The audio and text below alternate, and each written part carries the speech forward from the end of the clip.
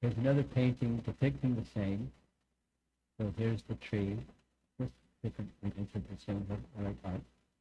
So down here, that's the bird that's enjoying the fruit. And over here, that's the super soul bird that's observing this individual soul that wants to enjoy the fruit.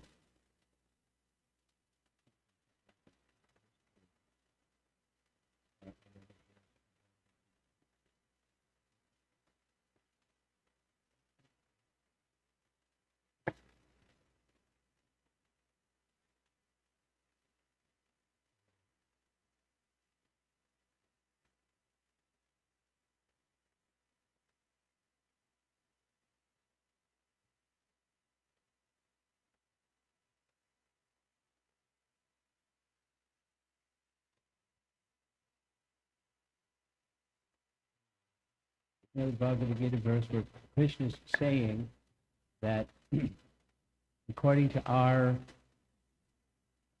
desire, then grouped around the around the mind, different senses and different opportunities for enjoying the senses are provided. So, and it's not only the sanction of getting intelligence, but the instruments of attempting to be an enjoyer in a particular way. One more illustration. This is a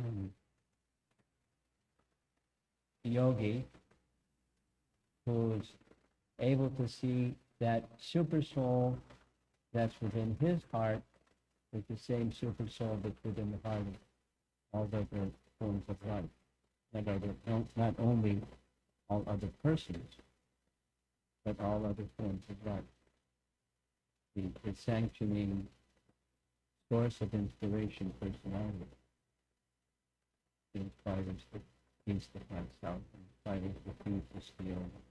According to desire, according to guna, is the Sanskrit word for quality of modes of nature, and karma. According to those two factors, then super soul provides what's necessary. And then this last image is showing species of life. This is on the evolution topic, because I thought I should speak something. The Vedic picture, the yoga texts, certainly speak of evolution, but within boundaries, not chemical evolution. Microevolution, yes. Evolution of consciousness, yes.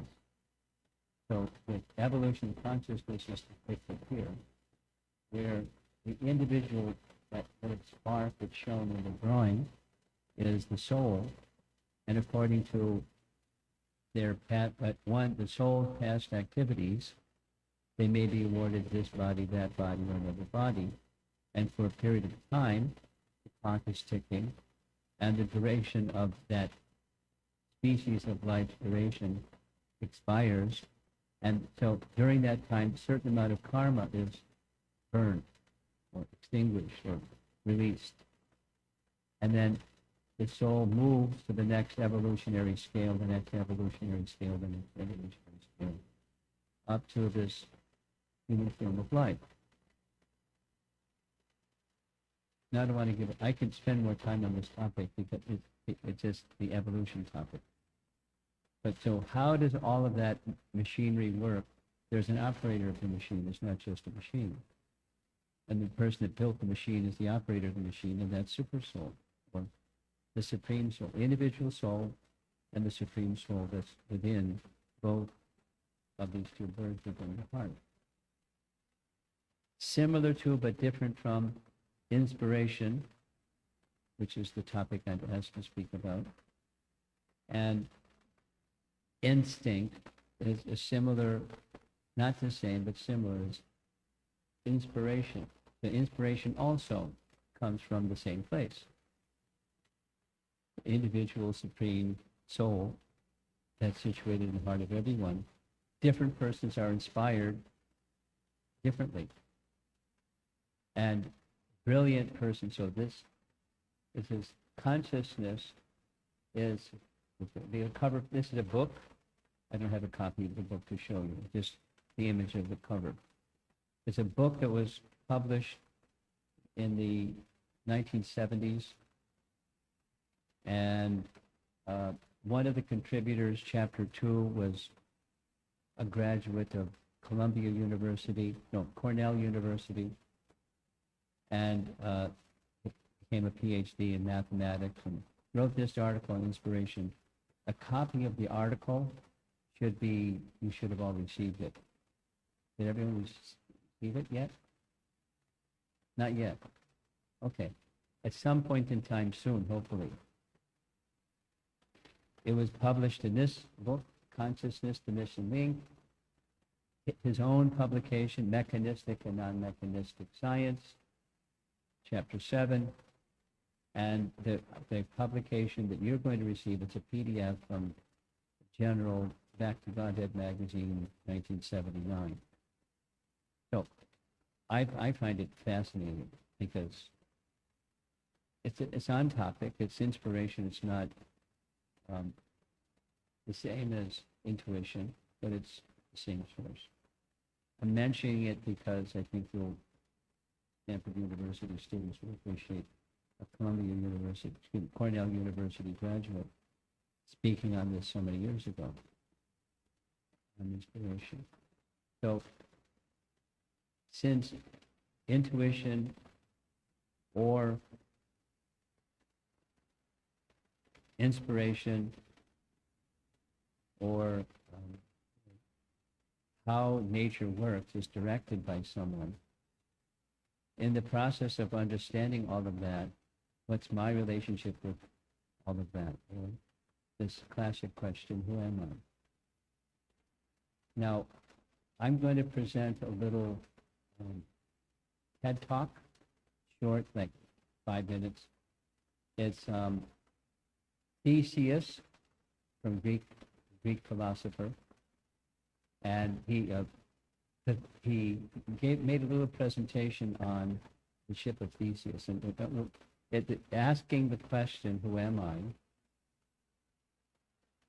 is not an easy question to answer, but it's connected to our topic. So here goes.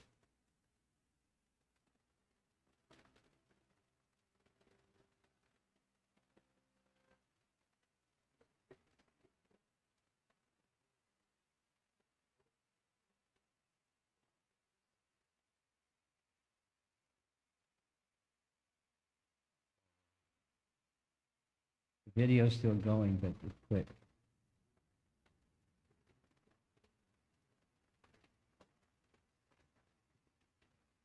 I'll try to go back. No, that doesn't do it.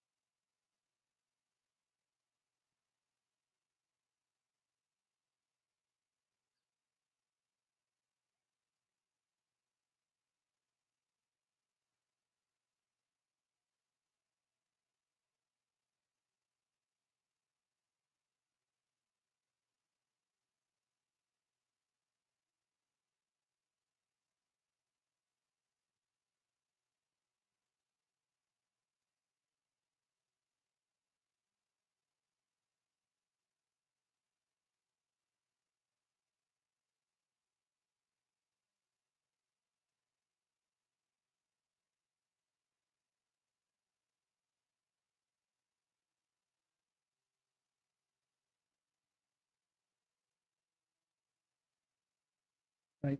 Maybe because it's well done and it's thought provoking, and as far as I'm concerned, it's on topic because to understand intuition or inspiration, who is the person that's being inspired? And certainly, like the geese flying south or the little kittens that don't have their eyes open, there's a function of the body for survival, etc., and there's an urge for survival that impels certain actions. But those actions, where's the intelligence for that machinery come from? And to understand that, it's subtle. Very few people understand this spiritual topic. That's the topic I'm being asked. Where does inspiration come from? Okay, here we go. Here's another little diagram showing the different parts of who we are: mental, intellectual, and bodily parts, physical, subtle physical and mental, and intelligence. And there's something that's driving the whole thing. That's the individual soul. The individual soul, that's that little skinny guy in the middle, that's who we are. And who we are, the intelligence of who we are, of course, is modified as the body changes. A little boy and an old man and everything in between receive different intelligence. But where does that intelligence come from? Where does intuition come from? Where does inspiration come from? It's necessary, according to Bhagavad Gita, to answer this question. It's necessary to understand both. That the unchanging self, or the persistence of identity that's spoken of in the video, something remains unchanging while we don't change. That's who we are. The seat of consciousness.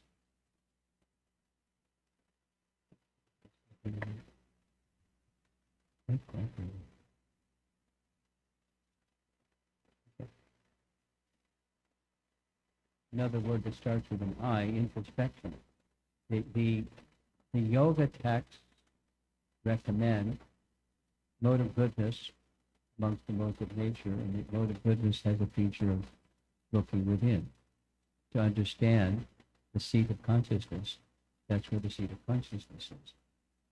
And yoga is a way of making that connection between the individual soul and the Supreme. In fact, that's the meaning of the word yoga.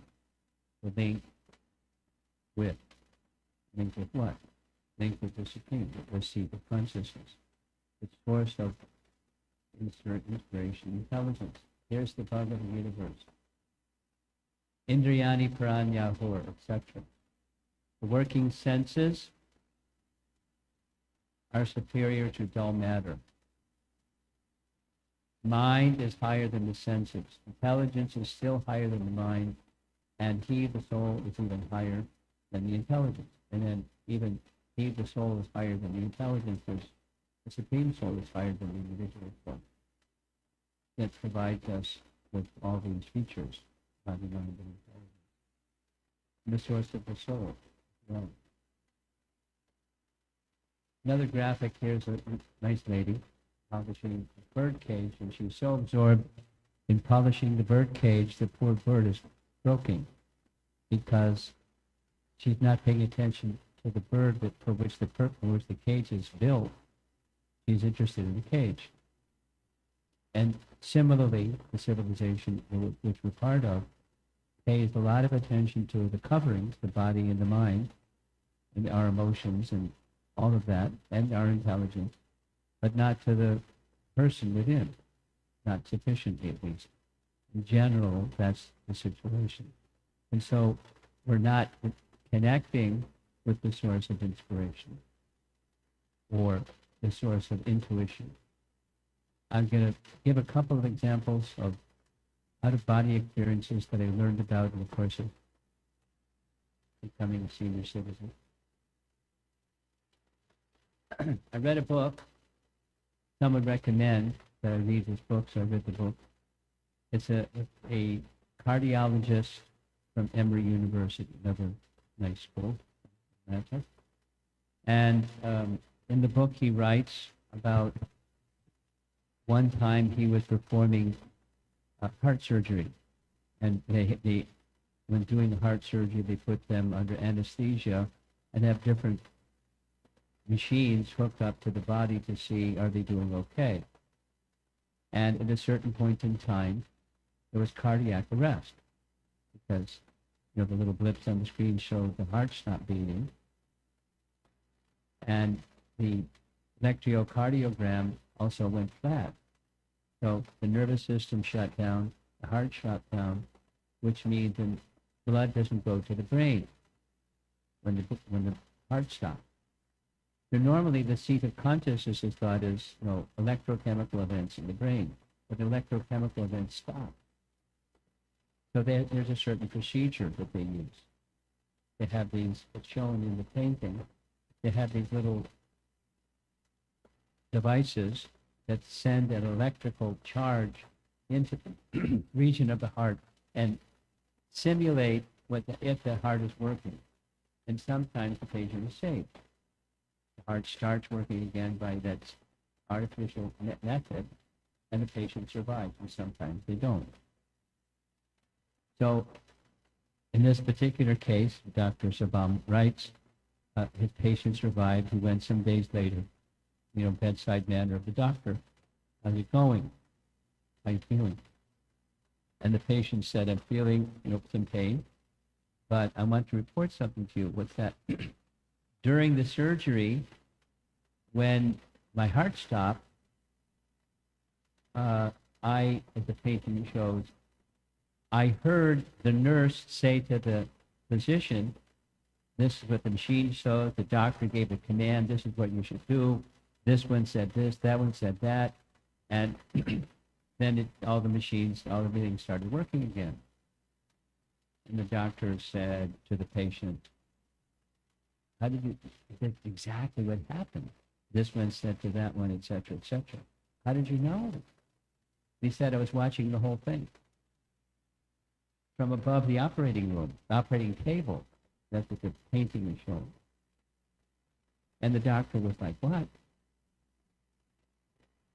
It goes all completely against science, medical science.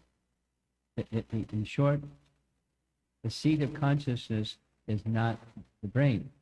The seat of consciousness is not a series of electrochemical events within the body. They go on, but even when they don't go on, consciousness doesn't stop. The seat of consciousness is not the body or the parts of the body or the right configuration of the working machine of the body. That's not what consciousness is. It's something else.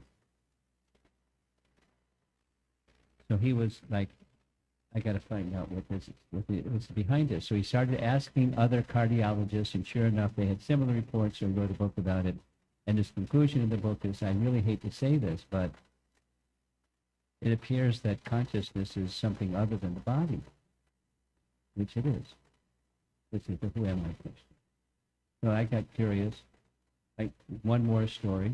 This is a lady in this part of the country, the University of Washington, School of Medicine, Kimberly Clark. Similar, only the patient that there was cardiac arrest, etc., described to her that during the cardiac arrest, they floated over the operating table, across the ceiling, out the window, up 3 flights of rooms, and found themselves looking inside the janitor's closet. And described to the doctor what was inside the janitor's closet.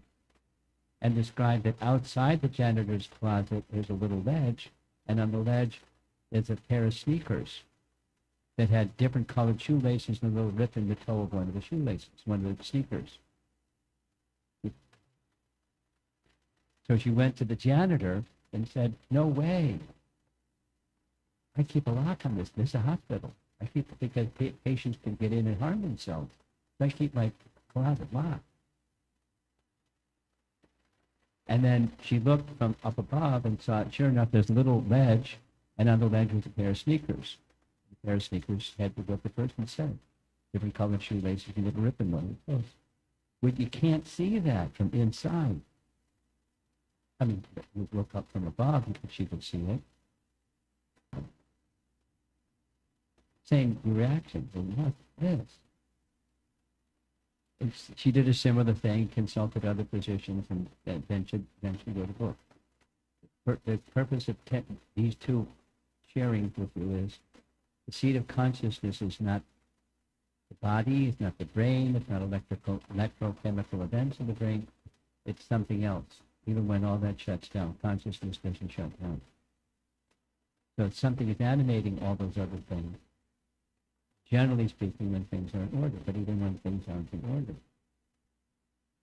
Seat of consciousness is that spark of life within, so that's that little skinny guy again. That's us.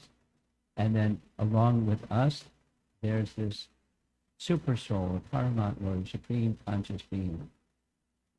A little detail from the Vedic perspective is the individual soul is both conscious and consciousness. I heard that, and I was pondering, that sounds cool, but what does it mean? Conscious and consciousness. Then I came across something from the Upanishads that gave the answer. Like, use the, Upanishadic talk, use a very simple metaphor.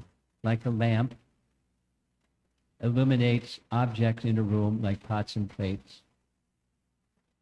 Without the light, you can't see the pots and plates. With the light, you can see the pots and plates. Similarly, the individual soul is conscious and consciousness. So there's a lamp, and there's light. And then light spreads throughout the room, and because the light spreads throughout the room, you can see pots and plates, or some things. So the consciousness of ourselves is extending outside, but the seat of consciousness is over here. And the guidance of that consciousness is the super soul, the supreme soul, the source of inspiration, or the source of intuition, or the source of instinct. I'm going to do it one more time. Technology is not cooperating, but that's okay. It's supposed to be one at a time. You're going to see this guy, and I would, describe this guy. He is a nice Chinese man. You can tell from the look on his face, and he's got a little beard, and he's smoking something. He's got a friend who's also Chinese, got a little beard. So there's similarity in the culture or the body type that they have, but there's other things that they're in common.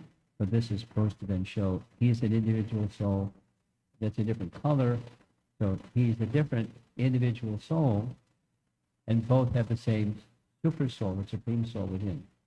And that's true, with birds and fish and trees and bugs and you name it.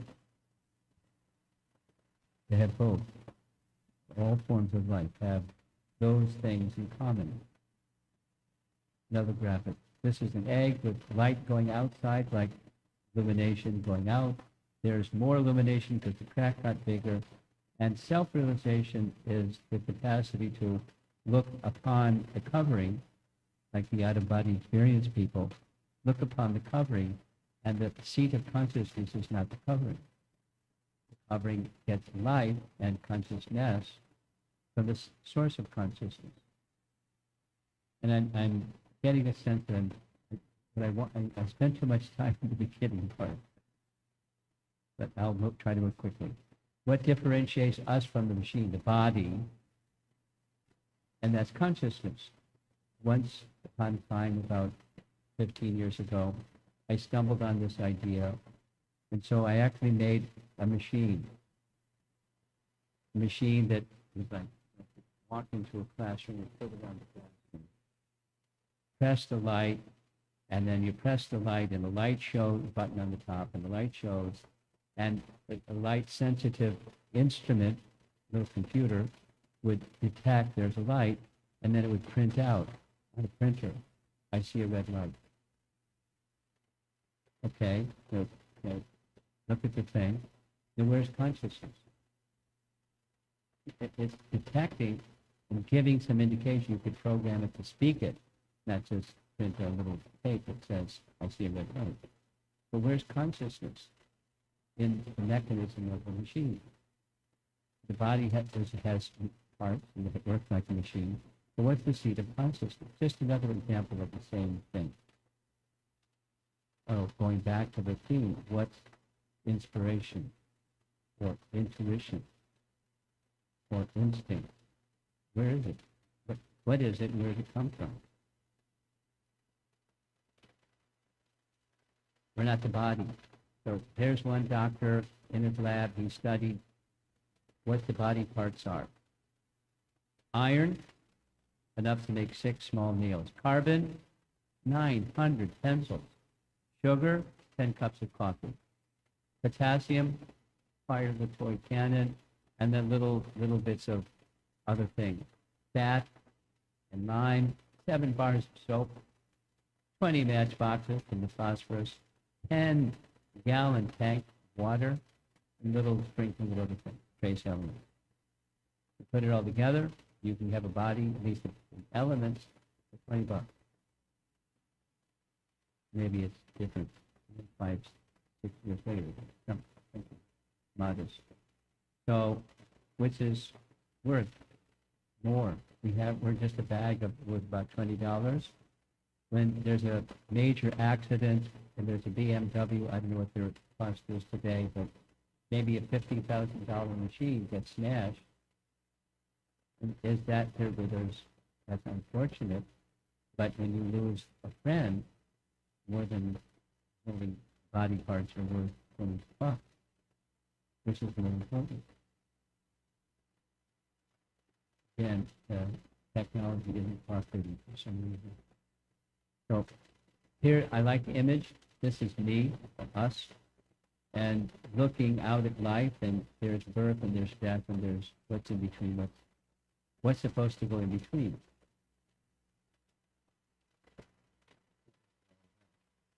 What's life is? What is life? What it inspires us to do elevated conscious things instead of degraded conscious things. But this is just exercise of introspection, looking within, and asking important questions. Just a little human interest story. Once upon a time, I was a kid, and I was very inquisitive. And I asked questions that mom and dad didn't have answers to, the priest didn't have answers to, and rather than the detail, I just stopped to ask questions and did what you're supposed to do. In fact, what you're supposed to do is be successful.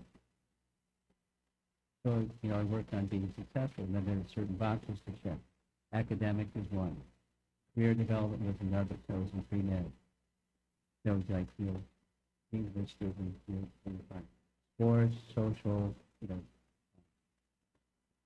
But at one point, a little light went on, and they started asking those questions again. But they didn't have answers. And I thought, something's wrong with this kid. I don't have answers to fundamental questions. That's what's really important to me, and what this life meant to be accomplished besides check those several boxes. So I'm encouraging, so where's the answers? The capacity to ask questions is a human function. The answer source is that same source we've been speaking about. This source, the supreme, situated within. And that's the message of Bhagavad Gita.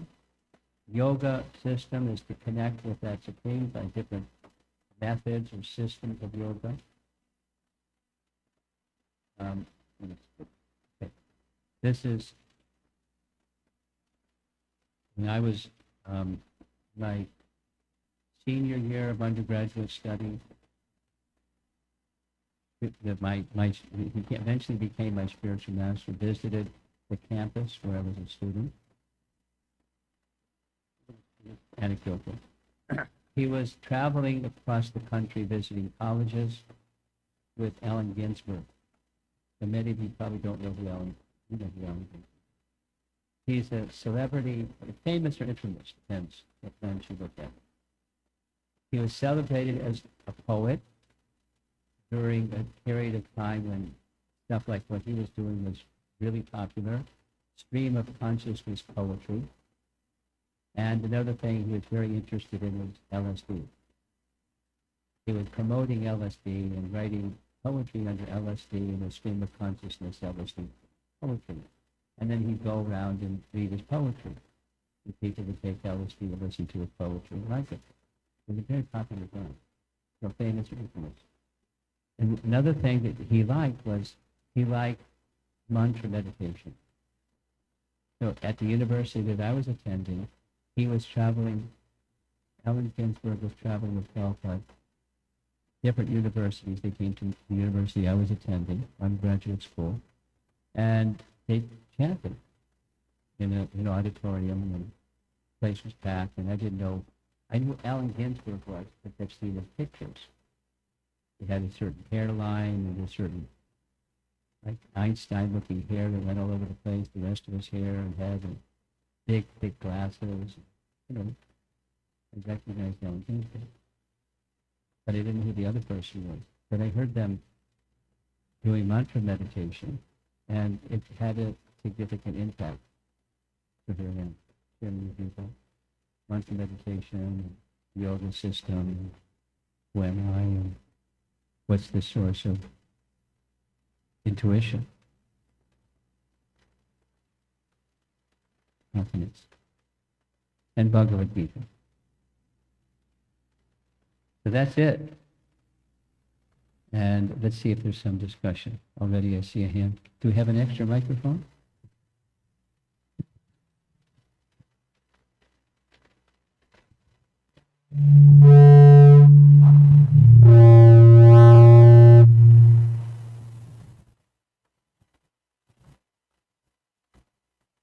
Hi, good evening. Thank you for this talk. There's two things I would like to but I'll start with the first. So we're talking about intuition.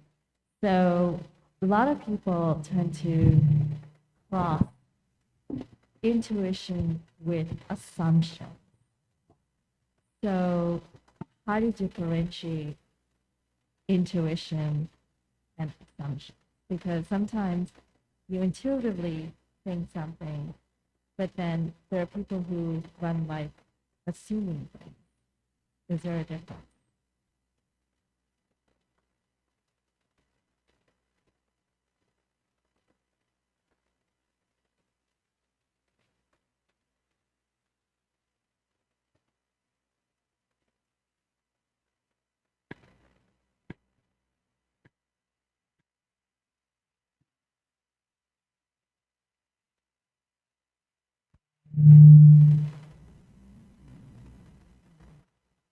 Okay?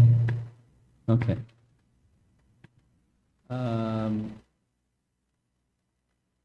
Language is important. Definitions of terms are important because language can mean different things to different people, what to speak of. So, assumption, to me, sounds like it's implicitly uncertain. Its veracity is uncertain. Maybe, maybe not. Maybe, maybe not. Maybe, probably not. Assumption. And then your question is specifically, what is the distinction between assumption, that's maybe, maybe not, and intuition? It's also maybe, maybe not. But it seems to me one is a mental function and the other is a intellectual function. Seems to me. Now, again, definitions of terms are very important to answer a question like this. But assumption, to me, is more in the mind department, and intuition is more on the intelligence department. As we heard, the definition of intuition is it's without the use of intelligence, it's a given instinct without the function of intelligence. That's for dictionary definition. That's different than an assumption. There's a big difference. But there isn't, even when there's things, the geese that fly south, the one that quacks the loudest and the others follow him. There's some intelligence functioning, although it's intuition. Excuse me, intuition, not an assumption. But there's intelligence behind it, but it's not a rational processor. Whereas it seems to me the rational function of, and I'm making an assumption here, something, something, something. Then you inquire. Like I just had, for example, I just had this exchange with somebody. And I was asking some questions, and they had an assumption. My purpose in asking them some questions was over there. So they boldly asked me, could you explain why you're asking these questions? And I said, here's why I'm asking these questions. I assumed wrongly from their mind and their autobiography and whatever, insecurity and lack of, having the proper kind of relationship so you could understand another person. Anyway, that's an example. Assumption is not necessarily correct, and intuition, by the Oxford Dictionary definition of it's just language, instinctively without the necessity of guidance from the intelligence or reasoning process going on. How's that? Does that help?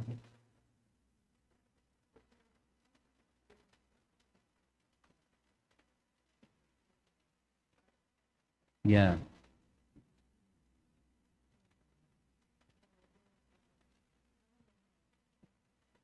Yeah.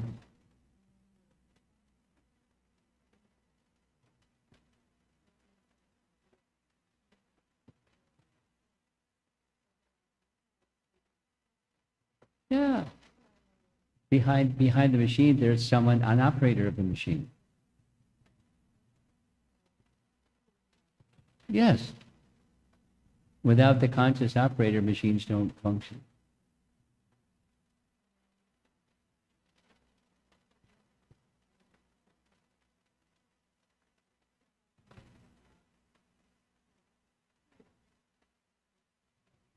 Yes. Yes.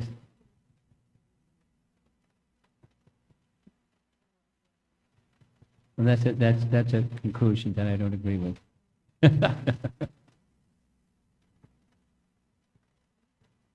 Okay. I'll just make a quick response to that, the little part that you're the one that knows and others don't know. From my readings of elevated literature, there's a whole text. Tattva Sandarbha is the title of the text. The first section is, I want to speak about the highest truth. But before I speak about the highest truth, what is the means of knowing the highest truth? And for that matter, what's the means of knowing anything? What's the means of knowing? Which is, you're saying is subjective. And that's not the conclusion he draws. So how do you know anything? Then it goes through a whole process, which I don't really discuss. It's a nice, if you're interested, the title is Tattva Sandarbha. If you're interested, I can cut and paste it and send it to him. And so he can make it available so he can read through How Do You Know Anything? Tattva Sandarbha. Very elevated. Not everybody's going to agree, but it's a nice text. You give me a way I can send it to you, and you circulate it. You interested? He's interested. Okay. So we'll circulate that along with this on inspiration article. I think you'll like, for sure you're going to like that one. Anyone else? Yeah.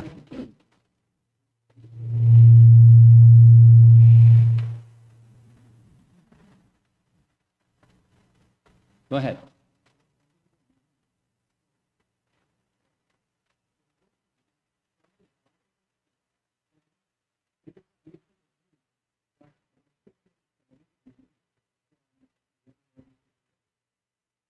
Yes, because the mind carries the soul to the next body. Okay, so what it's moving from one body to the next, that's the gross body, becomes kaput, doesn't work anymore. The mind, the subtle body, mind, intelligence, and false ego, this is Bhagavad Gita, carries the soul to the next situation.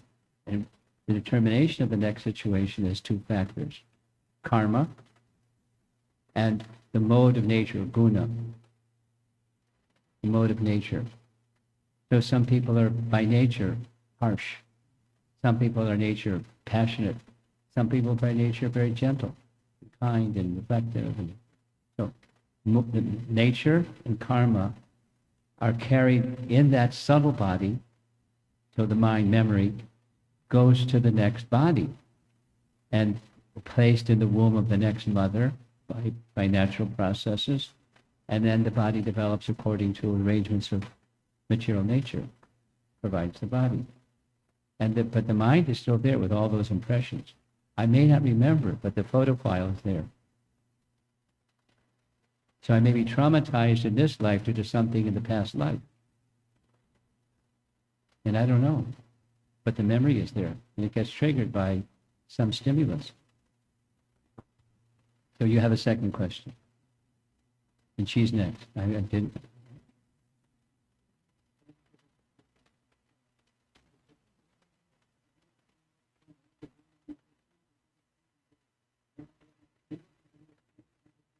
Yes.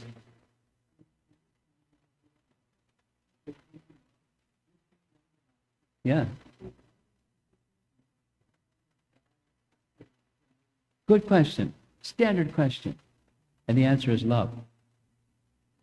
Yeah, because without free will, look, don't make bad choices, okay? Yeah, okay. That free will says I can make good choices or bad choices, thank you.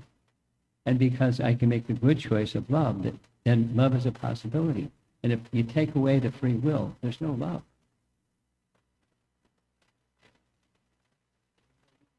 I'll do it again.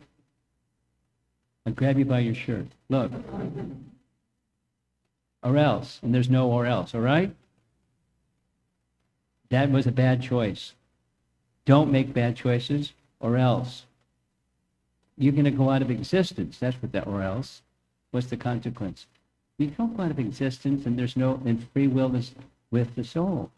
Because the soul is part of the Supreme that has capacity of love, and we want to love and be loved because we're part of the Supreme. And take that free will away, and there's no love. It's volition. And that volition means I can say no. So we don't take, it doesn't take away free will. It's of the soul, it doesn't take it away, because it's the nature of the soul. To have that which the Supreme has, unlimitedly, we have limitedly. Is that okay? He could, but he won't, because of love. He doesn't want us to do bad things and misuse, mess up, and suffer. He doesn't want it. But the freedom is there. No, she's first, and then you're after her. She's been very patient.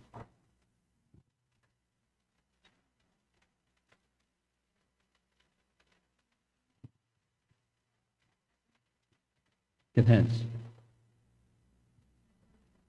Yeah, it depends. It could be, a number of things. Now, what do you do if you want to check, is it this or that or the other thing?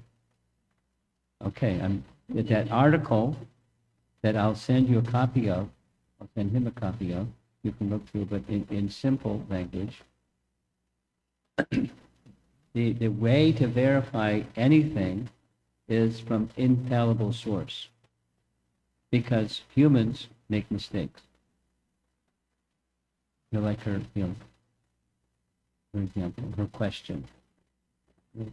I have an impression, or I have what's the word you use? Okay. So I had this experience during meditation. Now, is it this, that, or the other thing? So I step back, reflect on what it was, and then I take that to a source that doesn't make mistakes. Is there such a thing? Yes. What's that thing?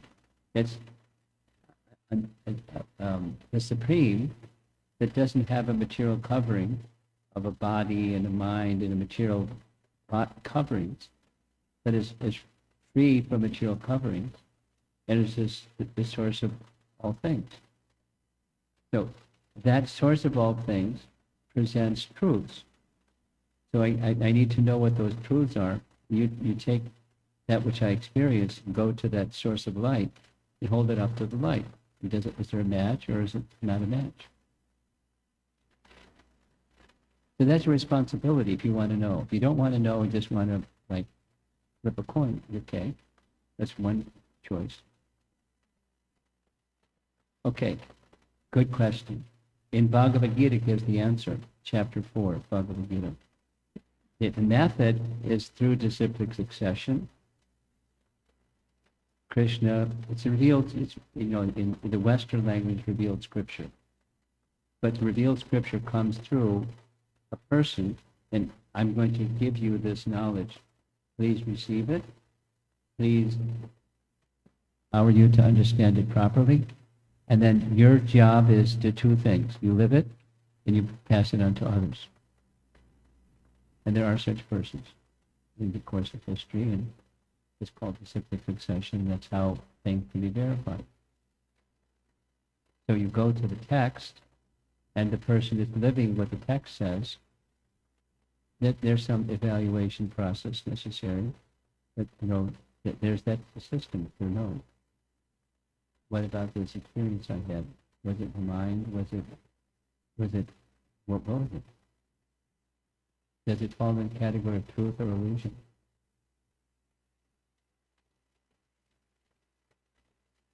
It's a good question. It's a good question. There's a way to get the answer. There's Tattva Sandarbha text will help you. Yeah. About the which? Free will. Look what you started.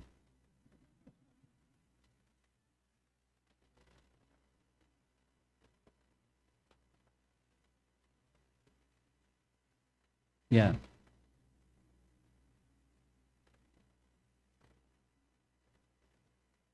Well, he doesn't.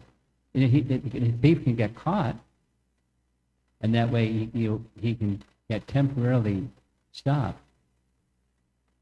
But if that thief wants to, I don't mind being caught. I'm going to take my risks and keep on stealing. There's some people, they do bad stuff and they keep on doing bad stuff. Even they get the consequences for bad stuff. That's called material life. The darker modes of nature get darker and darker. So now, your question, free will question.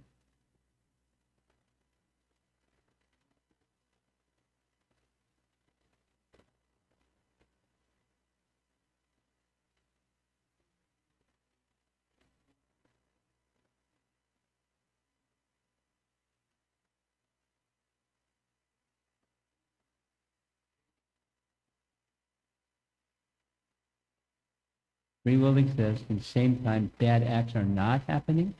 Well, that depends on free will. Bad acts are not happening or are happening. That's correct. So then comes the other factor. Remember the two birds. One's a witness, and he's observing perfectly. Back to her question. He's observing perfectly. He's not mistaken, is it okay to steal or not okay? He's not influenced. He has discernment that's perfect. Then there's justice. But he doesn't take away free will. So one can learn a lesson and stop, bad stuff. Not only that, other examples of bad stuff. One can continue or stop for a while. I got spanked. I'm going to then just do it again because there's an impression inside of this life or previous life or many previous lives. And there's this tendency that's embedded within from past impressions. So I just going to steal. I don't know if I'm hitting the nail. You got more, I can tell.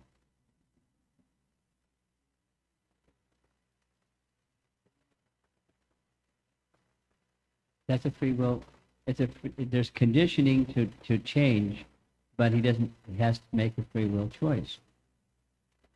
Ultimately.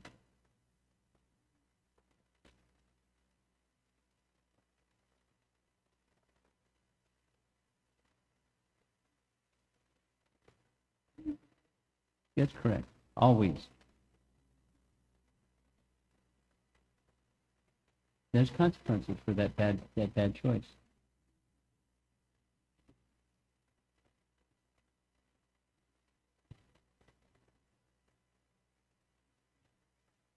Yes. But you can't control the outcome. There's another factor besides your free will, and that's supersoul. And that's determining the outcome. Okay.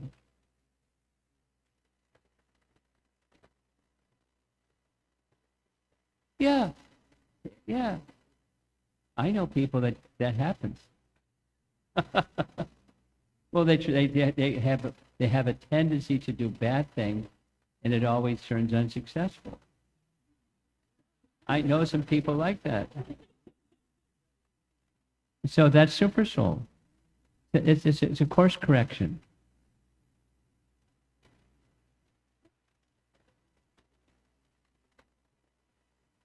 Because he's not a cookie cutter.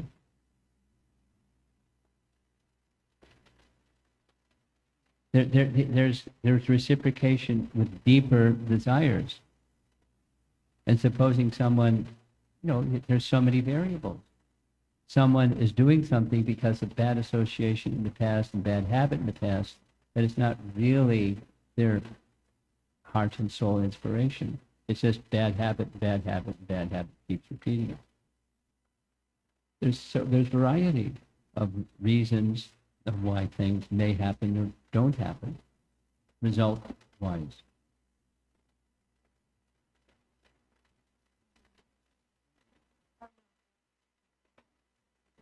You were like enthusiastic to say something. Okay.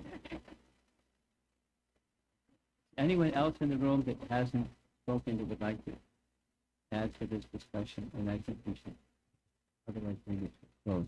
You go before.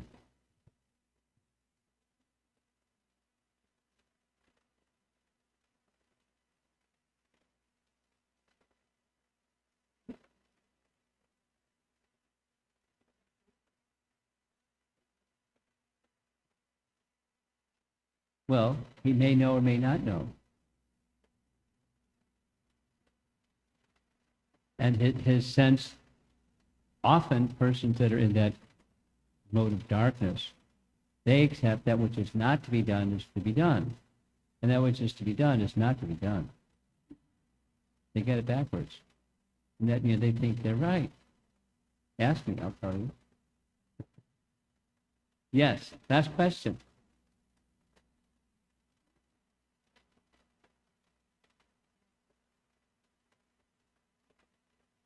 When what comes up?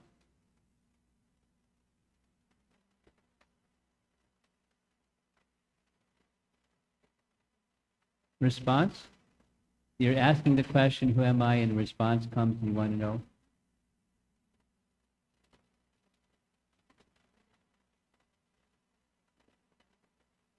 Well, depends. That's the topic, the on inspiration. Is it the mind? Is it truth with a capital T? Is it somewhere in between? Is it my conditioning? Is it the filters filtering truth, and it's coming out as something that's not exactly truth, but there's some thread of truth in it. So my answer to your question is it depends. Now, how do you get the answer?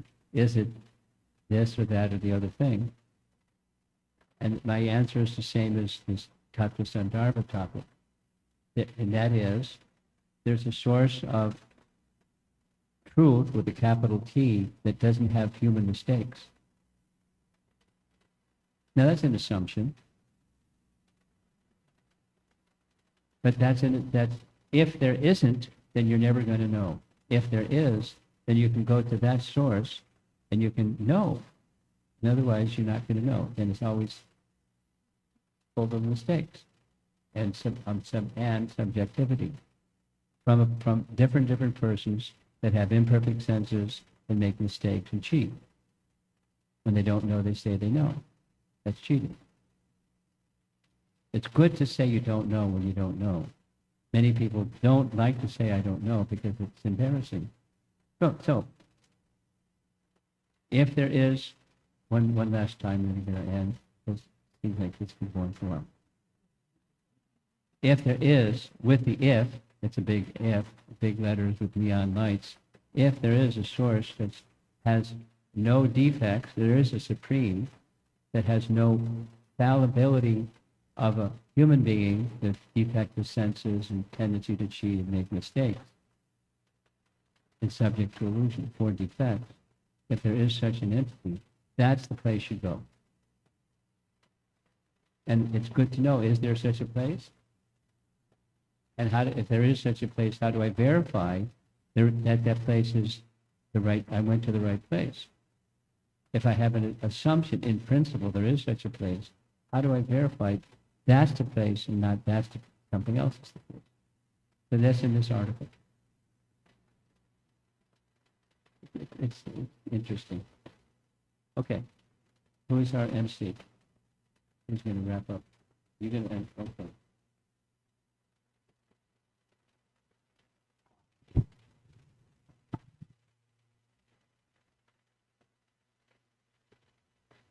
So let's give a round of applause for His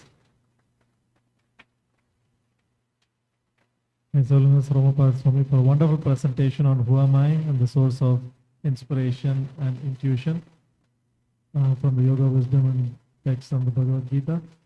So for those of you who are new, if you don't have a copy of Bhagavad Gita, we have some books outside, so you can take a look at those books and also take a copy if you don't have one. And I think Maharaj will also distribute some copies. So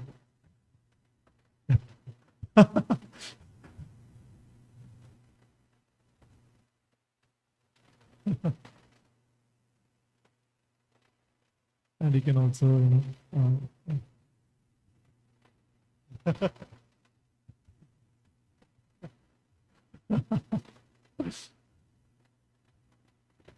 sure. So thank you everyone for your kind audience and attention. So we will conclude the session here. Thank you.